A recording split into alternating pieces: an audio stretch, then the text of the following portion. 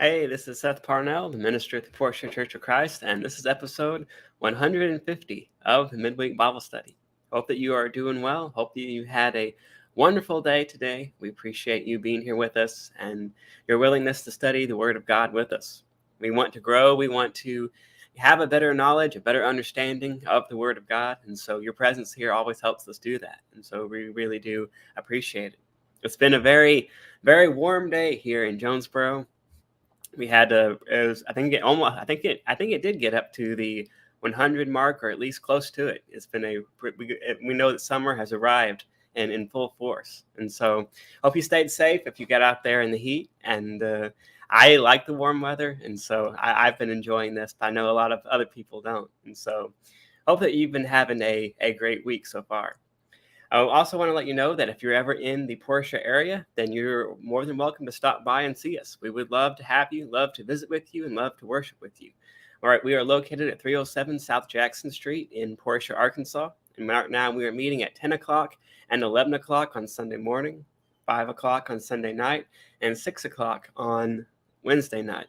And so if you're in the area, please feel free to come see us. Like I said, we'd love to see you and love to get to know more brothers and sisters in Christ.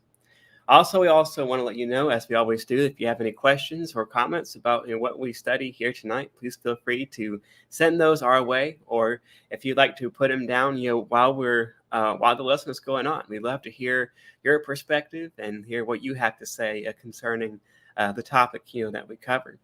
As you know, you always have an invitation to participate, in this study, as well.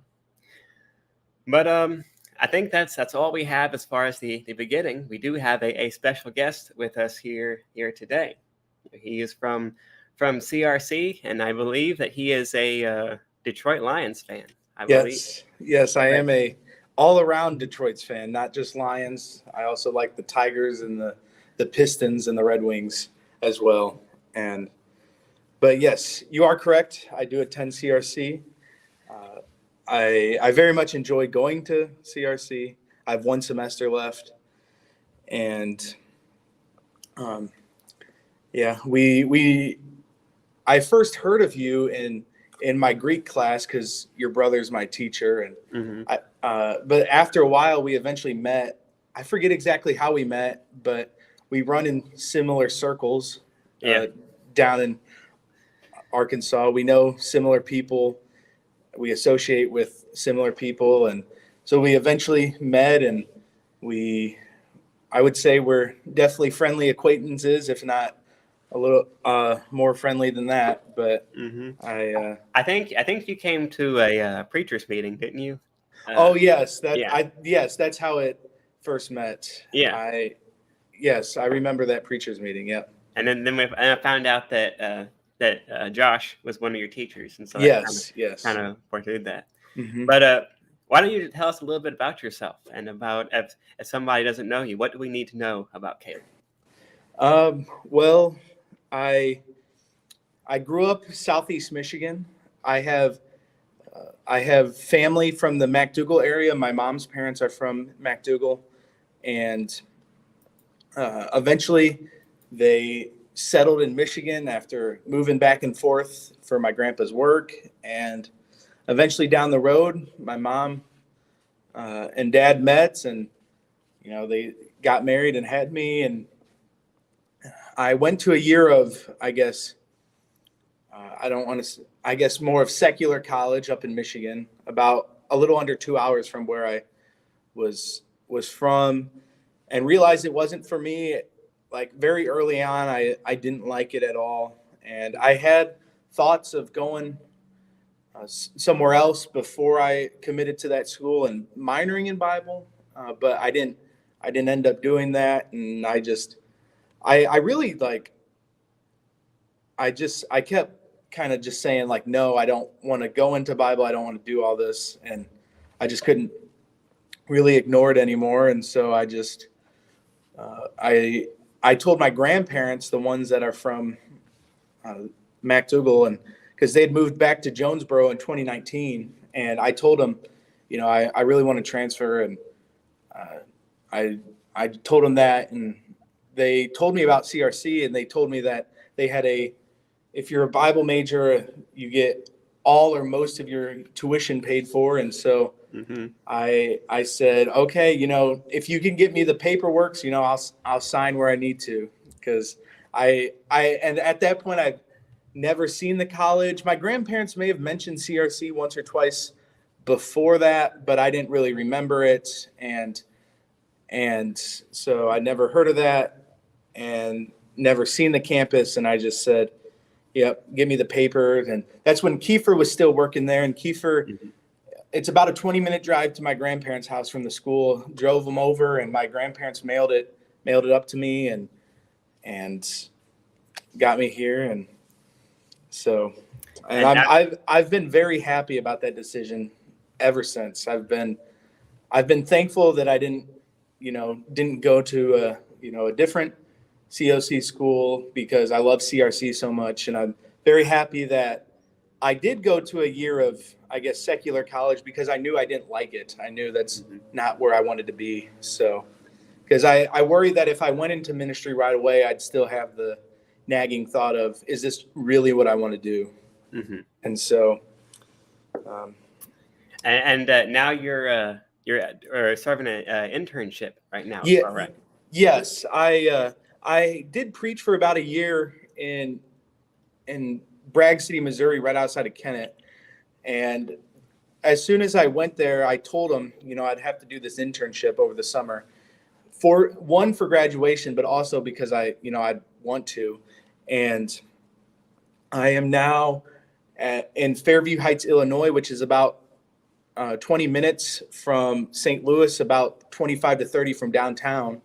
And it's been great. I've really enjoyed the internship, and people have really enjoyed it. It's Fairview Heights Church of Christ. And the person I'm working with, my direct mentor, is the preacher and one of the elders, and him and the other elders are great. And I really love being up here. Well, awesome. I didn't know that. I'm in the same boat. I didn't know a whole lot about college when I first signed up to go to the CRC, but I never regretted that decision either. That was one of the better ones that I made. So it's a great place to be. But what have you been teaching on or studying lately? So when I was at Bakerville, before I did my internship, my last day there, I finished up a Bible class series of Job and a sermon series of John. And so I went through that. And right now, the Bible class I have at Fairview Heights is the Wednesday Bible class, and we're going through 1st and 2nd Peter, and we may even touch on Jude if we have a couple extra weeks before I leave. But we just finished up 1st Peter last week, and this week we did part of chapter 1 of 1st Peter and 2nd Peter, and we're going through that right now. And 1st Peter was a very spiritually uplifting, encouraging, and in some ways convicting series to go through for myself. And I really enjoyed going through that series, and I have some ideas for when I get back to Bakerville, but I haven't started studying for any of that. So, yeah. Well, I know I've only heard you preach once, and it was a pretty good sermon. And so, thank you. During the preaching class, but I know you're gonna do a great job up there. Oh, thank you. We've got the Dunlaps are here with us. They're joining us again as always, and so it's good to have you guys here. Hope you've been having a good day today. Hope everything's been going well for you. But for our lesson tonight, we're going to jump into Luke chapter 18. Luke chapter 18, and this is a pretty interesting chapter, in the Gospel of Luke, where Jesus tells a number of parables. This is the one that contains the story of the rich young ruler. There's a story of the persistent widow, I believe, and starting in verse 9 of Luke chapter 18, Jesus tells a parable about the Pharisee and the tax collector. And this is a parable that contains just two individuals, and mainly focuses on their perspectives on each other and their perspective on God. And Jesus actually gives us the reason why he tells this parable in the first couple of verses. When you look at this passage here in Luke 18, he says he also told this parable to some who trusted in themselves that they were righteous and treated others with contempt. And so we have the reason why Jesus tells this parable about these two individuals. But Caleb, when you read throughout this story and this passage, which is not all that long, it goes from verse 9 to verse 14. But still, I think it's got some weight behind it, and there's a reason why Jesus tells us. What are some of your opening thoughts when you read throughout this passage? When I read this passage, I mean, there's a lot of things that go through my head, and some of them kind of line up with the questions we're going to talk about here in a few minutes. But I really focus in on kind of the dichotomy between the Pharisee and the tax collector. And when you kind of read this parable in the scope of the gospel accounts of what the Pharisees were kind of like back then, you had some of them that were genuinely inquisitive, like Nicodemus, but then you had, the majority of them that really wanted to do anything to get rid of Jesus, to get rid of what he was teaching. And you have the story, I believe it's Matthew 23, where Jesus is calling out the Pharisees and saying that they're whitewashed tombs, and just the hypocrisy and the way that the Pharisees were living. When you compare these couple verses to that, it's really telling, because you get that attitude of the Pharisees, we know best, we know everything, we got everything figured out. And Jesus clearly disagrees with that multiple times. And then when you look at the tax collector, he doesn't point at other people of what the other people are doing, but he just focuses on himself. He realizes that he has messed up, but he's truly seeking mercy and forgiveness from God. And we'll talk about that thought train a little more later, but that's kind of what it's interesting when you see like the structure of the story, because Jesus does this pretty often during his teaching. When you go through the Sermon on the Mount, in Matthew chapter 5 and going forward, he says, you have heard it said this, but this is what I tell you. And he does these kind of reversals sometimes. And so we have the Pharisee, who on the outside appears great. He's a model. He's a wonderful, he's the example of a spiritual person during that time. But as you said in Matthew 23 and in other places, Jesus calls them out for their hypocrisy and where their heart truly was. And so we have someone who looks great on the outside, but on the inside is not so good. And then we have tax collector, who is known for their greed, known for their deception and their not very low moral compass. And so on the outside, he looks terrible, but when we see what he does, it ends up, he is a lot better off than this Pharisee. And so there's this difference between the outside perception and the heart of the person that takes place in this parable. And that's something that I find fascinating. But as we noted, there's two different, individuals here. And so when you kind of take a broad look, at the story, when you kind of, take a big picture, what are some of the background elements or some of the background information that would help us to understand this story when you think about it?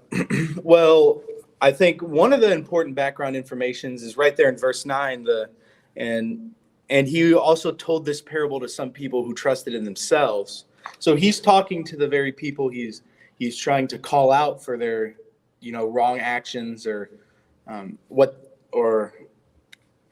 just their wrong ways of thinking. And also, I think you mentioned about the Pharisees being these religious leaders of the day. There's a lot of people, whether it's, these online preachers or they're people in your local church or your area that you really, really respect because they have sound doctrine, sound teaching. They're very personable and, all the above things. And these are the people that they really respected. I obviously can't speak for their day-to-day actions if you approach them in the street and talk to them. But in the religious sphere, they seem to be getting some things off in how they understand the Old Testament.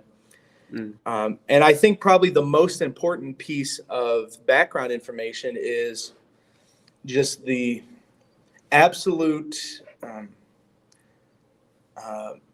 mindset of despising and hatred that a lot of people in their culture had towards tax collectors. Yeah. Because they are, one of the absolute groups. You have at the bottom, you have, the Samaritans, the Gentiles, and you have the tax collectors, kind of the big three in Jewish culture, at least seems to me, that the Jews just did not like. And so when you have the tax collector, people, and if I'm not mistaken, I might be, but I believe they even had their, if they were even allowed in the courts of the temple, they had their own section they had to stay in. So it would be, almost unreasonable for them to think that a tax collector could do anything good or make anything of themselves or for God to forgive them. We have people today that we look at as that we're like, they can't come to repentance, or I don't want to, preach to them. And tax collectors, people just think, oh, they're no good. They're trying to steal from me all the time and take my money. And I just think it's important when we look at this story, and if you were to look in the next chapter with the story of Zacchaeus, just how much that they just don't like tax collectors. Yeah, it's good to see Brock Kendall here. Yeah, he says you're a good brother. That's always good to hear from him. He's been on this show a couple times, and so we really appreciate what he does here in Jonesboro. But that is I think that is a core part of this, is that relationship between the two groups of people. Because one thing that I think it's kind of hard to understand with the mindset during this time was that this kind of hatred, this despising, was seen as a religiously positive thing. Looking down upon the Samaritans, and the tax collectors and the Romans and all these other groups, was seen as a very, very good and very positive thing. And you can see this come out in all the things that this Pharisee says here during this parable. But he is someone who is kind of giving the the prototypical perspective on this. He's saying, I don't want anything to do with this tax collector. And if you remember, one of the criticisms that they had for Jesus was that he ate with sinners. He ate with those who were on the outside. Yeah. And they thought that was a bad thing to them because of this viewpoint that they had. And so this was one of their bigger deficiencies, I would say, as far as becoming a New Testament Christian, becoming a follower of Christ. We know that there's a divergence of that. You can't be someone who has that mindset and be a Christian, at the same time. But they, I think, like you said, I think the relationship between these two groups taking place in the story is one of those central elements. Yeah. But as we kind of dig further into this story, we're going to go ahead and read. Probably go ahead and read this here, and just so we can get a good foothold in it, and then we'll kind of examine some of these characters individually. But it says here in verse 9, it says, he also told this parable to some who trusted in themselves that they were righteous and treated others with contempt. 2 men went up in the temple to pray, one a Pharisee and the other a tax collector. The Pharisee, standing by himself, prayed thus: God, I thank you that I am not like other men, extortioners, unjust, adulterers, or even like this tax collector. I fast twice a week. I give tithes of all that I get. But the tax collector, standing far off, would not even lift up his eyes to heaven, but beat his breast, saying, God, be merciful to me, a sinner. I tell you, this man went down to his house justified rather than the other. For everyone who exalts himself will be humbled, but the one who humbles himself will be exalted. And so you see that this story, play out, and the first one up, the first person that speaks first, is this, Pharisee. And it's interesting, he has a little bit of a longer spiel than the tax collector does. But when you examine what he says, when you hear all the things that he puts out, what are some of the qualities that come out to you about this Pharisee that come out during this short speech that he has? So when I examine this, or read other stories about the Pharisees, I do think to some degree they're trying to do the best they can with what they've been taught their whole lives, right? Mm-hmm. But I think the issue comes here when the Pharisee, the Pharisee is saying this prayer, and rather than focusing on himself or trying to maybe even help the tax collector stop doing what he views as wrong, he goes to God in this very pompous attitude of just and I read it kind of sarcastic, like very sarcastically, of thank you that I'm not like him. I don't steal from people. I'm not trying to deceive people. I'm so great, and he's not. And thank you for allowing me to be like that. And rather than just looking at himself and saying, even if he says, I don't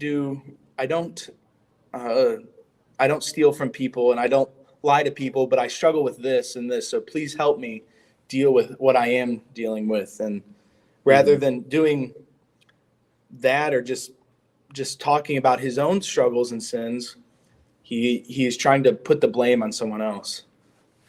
Yeah, it's hard to miss the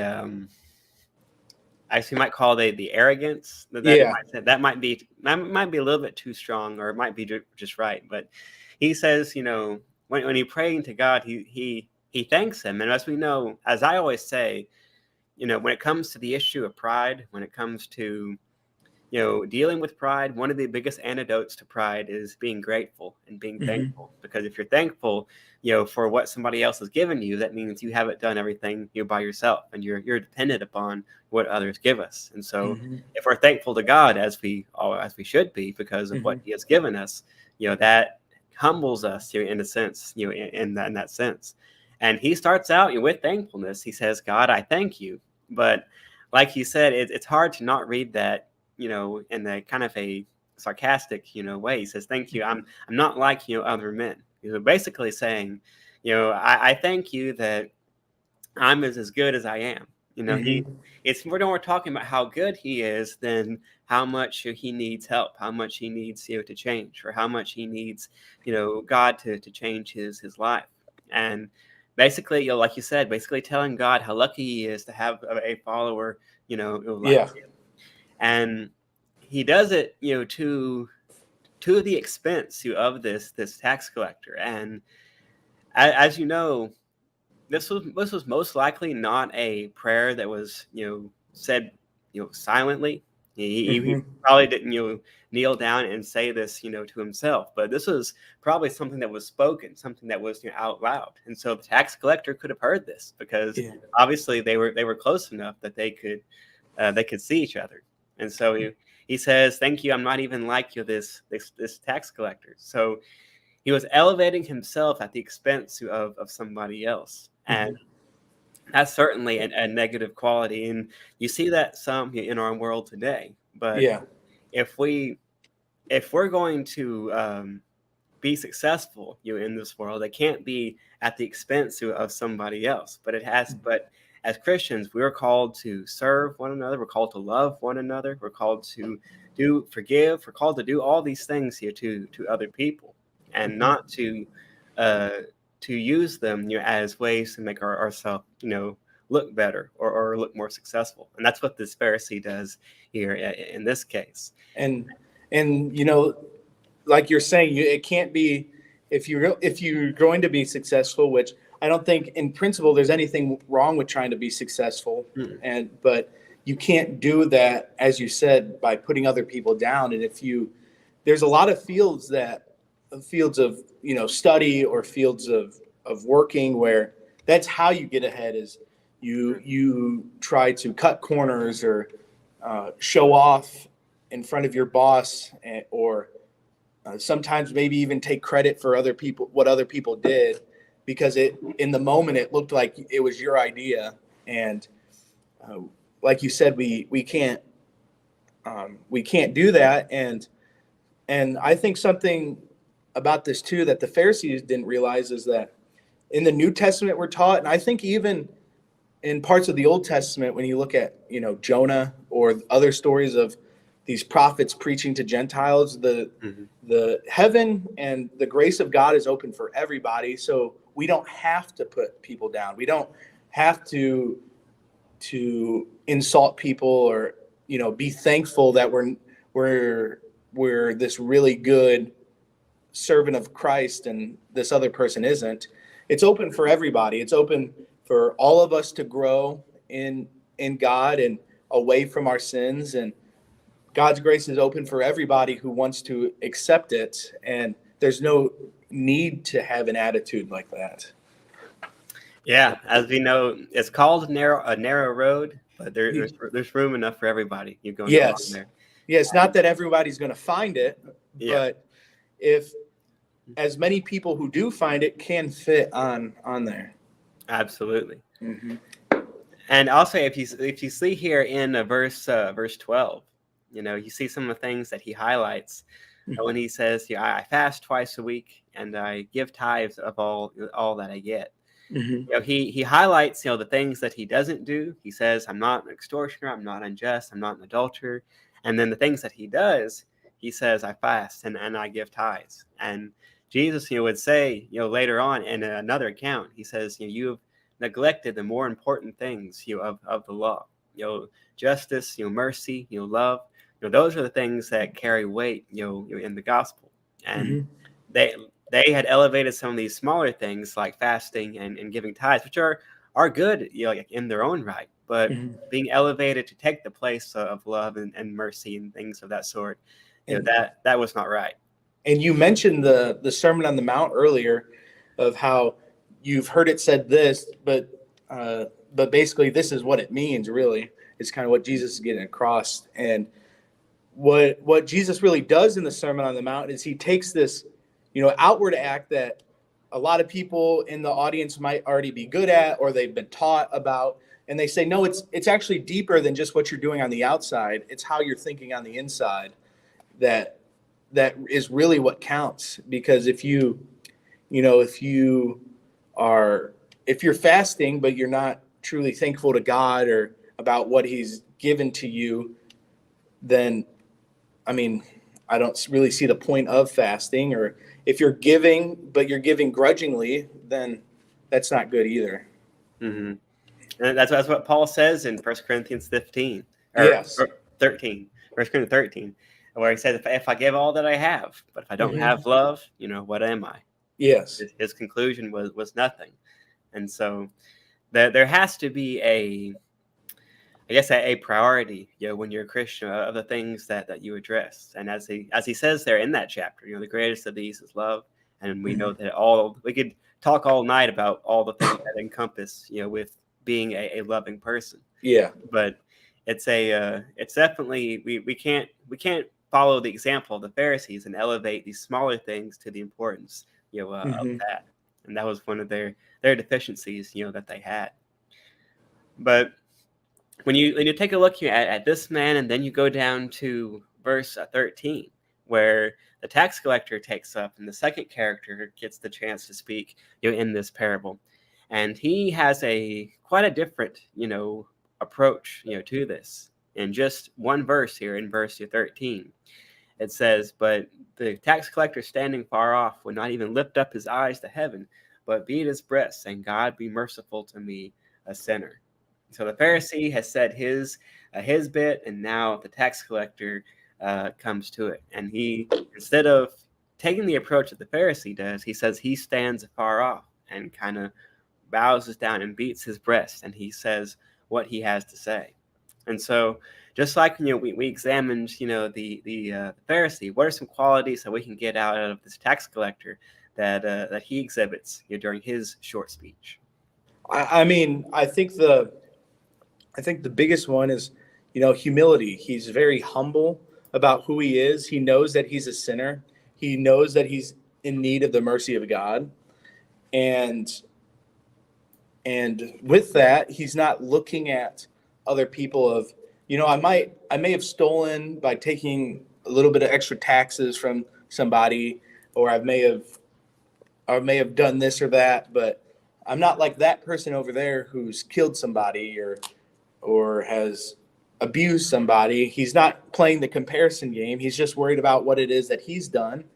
And it seems he's trying to, take ownership of, I did this, but he's trying to, hopefully at least his mindset would be, yes, I'm a sinner, but I'm trying to move on from that. And I kind of get that implied in the story, is that he's just being really honest with God, being very humble, and he's just seeking out his mercy. Yeah, that's one thing that you see a lot, in our world today, when somebody is approached or is convicted of something that they're doing that's not right. Sometimes they'll say, well, but this person over there is doing this, or that person over there is doing that, and what about that? Instead of dealing with their own situation, they try to justify it by the wrongdoing of somebody else. And that is, we as Christians here, we have to take a personal responsibility for our faith. Like what somebody else believes or how they approach God is not going to interfere with our standing with God. We ultimately, it's up to us to make that decision whether to obey Christ or to not obey him, and no one else can make that for us. As Paul says, who can separate us from the love of Christ? The only way that we can be separated is if we willfully choose to walk away. And like I said, so that's it's important to take that responsibility. And in order to take that responsibility, like you said, that one of the biggest things that he highlights here, and one of the kind of the lesson that Jesus puts there at the end of the parable, he says that those who humble themselves, they're going to be exalted.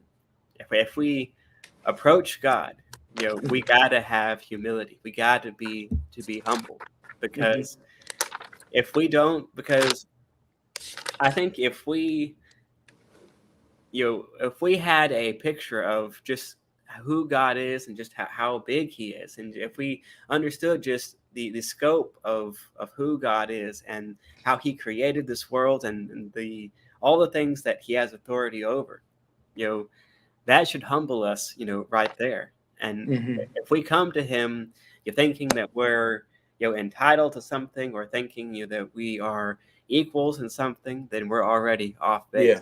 Because the only reason why we have a chance at salvation is through his mercy and through his grace.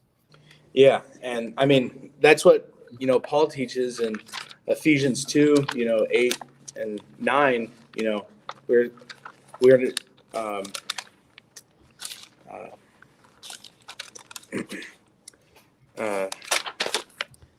for by grace you have been saved through faith, and this is not of yourselves, it is the gift of God, not of works, so that no one may boast. It's not saying that, I'm not saying that what we do isn't important at all. And I think James 2 makes that clear, of our works do matter, but nothing we do in the sense of, no matter how good we are, no matter what good things we do, that's not what saves us, because, one sin makes us accountable for the whole law. So we sin one time and we're dead in our sins, and but it's only by the grace of God that we are able to go forward and to be forgiven of those things. Absolutely. That is, we are 100% completely dependent upon God, for that, salvation, and nothing else is going to do. Like, there's no substitute for that mercy that we get from Him. You can't find it anywhere else, and nothing else is going to be good enough. But it's good to have Ted Knight here with us. Hope that you are doing well. Always appreciate you stopping by here with us as well. But as we examine these two people, and we see that there is it opens up kind of a question of kind of a question of judgment. When we see how obviously this Pharisee looked at this tax collector and kind of wrongfully judged him to be someone who was inferior to him, and we know that this this tax collector had a much different approach to it. And so when we think about this idea of judgment, what role does judgment play in the life of a Christian? I know we hear a lot about it, sometimes from outside sources, but what role does it play in the life of a Christian?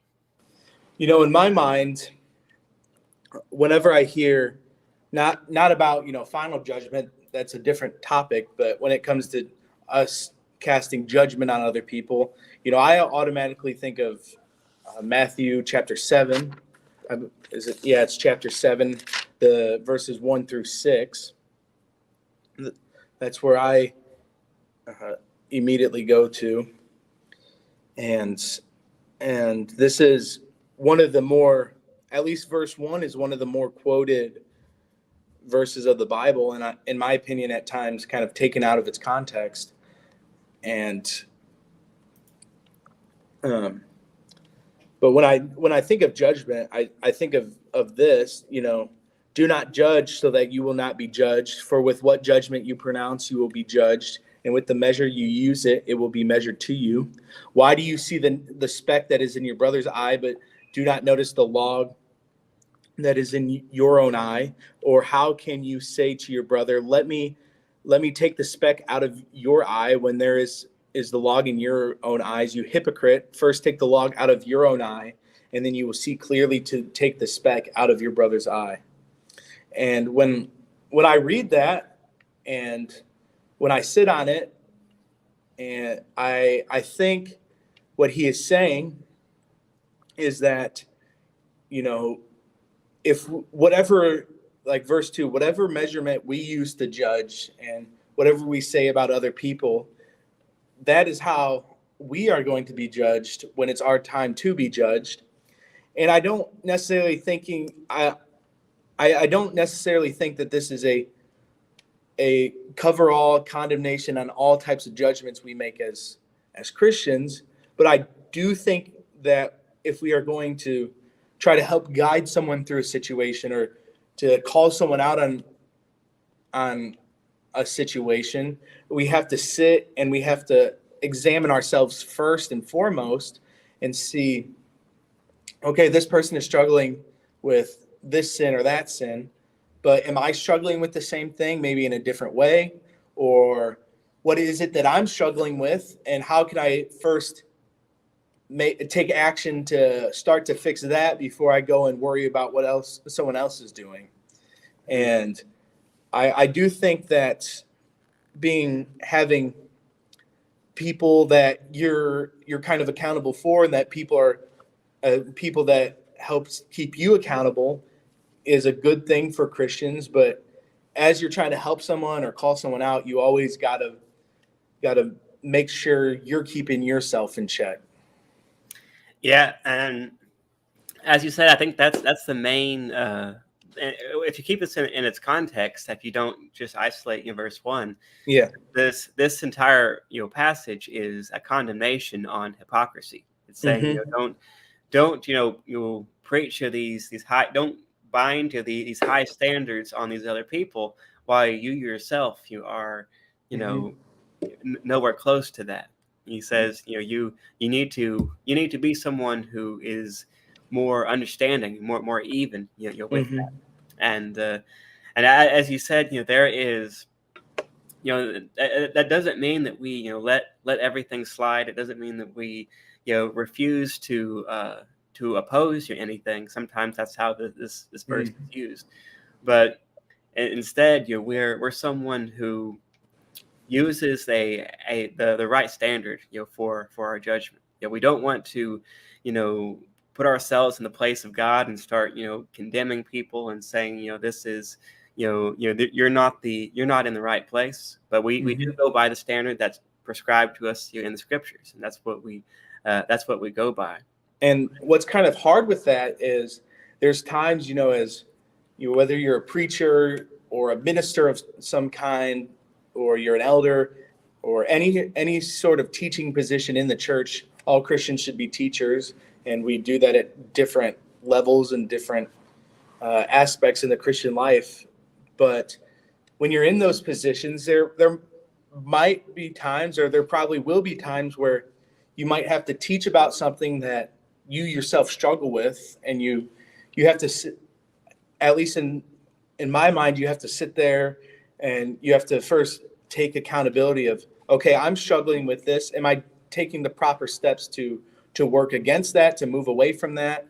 And also, if and when I teach about it, should I share this with others, that it's something I struggle with, and how open should I get with other people about it?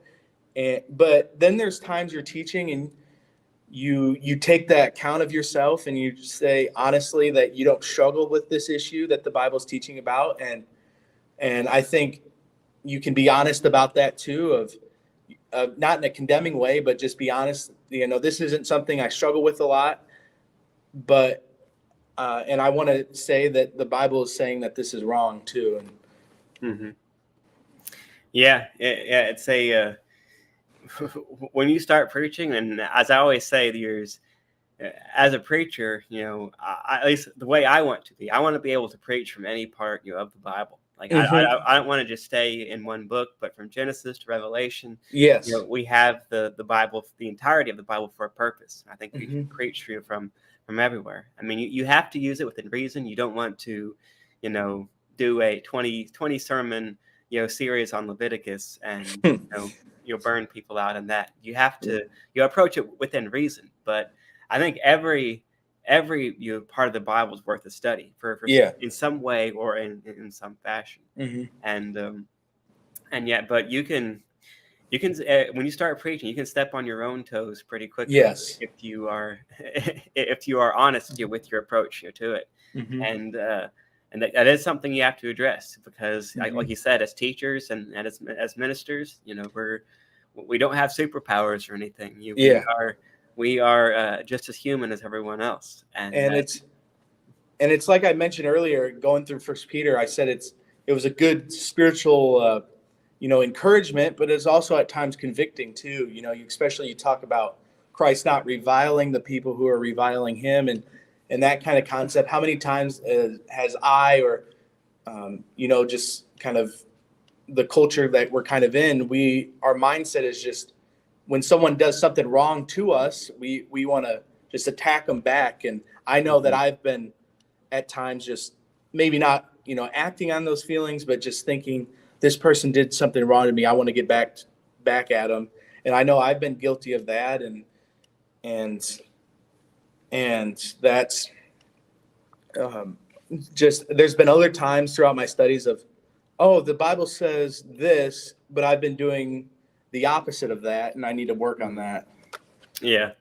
You'll run into situations you'll like that a lot, and that's part of being honest with yourself. Like you mentioned, in taking a look at the tax collector, he was honest with his situation. He didn't talk to God about the way that he thought he should be, or the way that he hoped that he would be, but he talked to God about the way that he was, and he said, "Have mercy on me, a sinner," which, as we know, could be a prayer that we all could pray. Yeah. At one point, because we know from where we've came, we know that God has given us life. He's given us, that promise. But no one has earned that, or no one has got there without, God's grace. Mm-hmm. And that's certainly something to note. But and I'm sorry, but back with the tax collector, I find it interesting how, it says he didn't even lift up his head, to God. I need to flip back there to get it, exactly right. But I find that interesting was even unwilling to lift up his eyes to heaven, just the true repentant sorrow that he had. I'm not even worthy to look in the direction of God. And I hope that he will take this or bring this mercy on me. And I believe it's Hebrews says that we can boldly approach the throne of grace. And, but there's definitely times in my life and people have expressed to me that they've experienced it, to where we just feel so guilt-ridden, or we just feel upset about something it is that we did, that we just pray to God and just want to let it all out to him. And that's something you have to do, like to just, and God is someone who we can, he's that someone who we can talk to, and like I said, we can boldly approach that throne. And it's like I've said before, on this, is that the fact that God would want to hear from us, the fact that that's even an option, to talk to him, is the one who said, let there be light, one who formed the foundation of the world, that we can talk to him.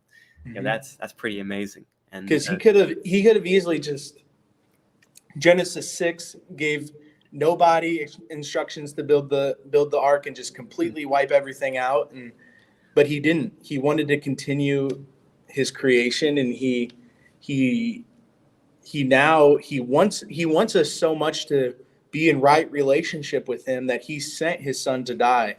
And it's something that when you sit and ponder on, even for a couple seconds, it's really impactful. It certainly is. But as we're going to begin to wind down here, as we've been going for a little bit, but doesn't feel like it. It feels only like a couple minutes. Oh yeah, I know. Once you get going, it flies by. It's like Bible class. You get up there, and sometimes you even think, oh, it's gonna be a minute before this is done. But you get up there, and it seems like 2 minutes later, you're sitting down, walking down from the podium. And I love teaching Bible class, but it goes by so fast.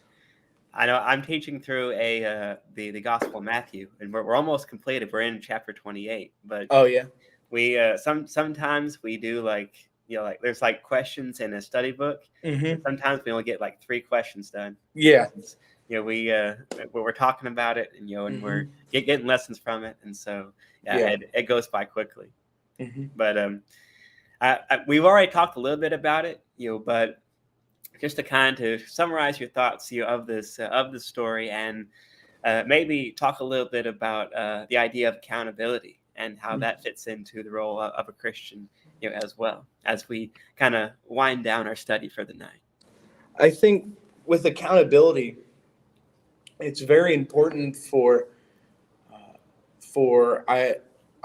Christians, male Christians, to have male people around them, women Christians to have women around them, of some that are older, some are the same age, maybe some a little younger, where you can go and you can help be a mentor to other people, but also have people to see how you're doing, to see what you're struggling with, to see how it is that you can improve on what you're doing.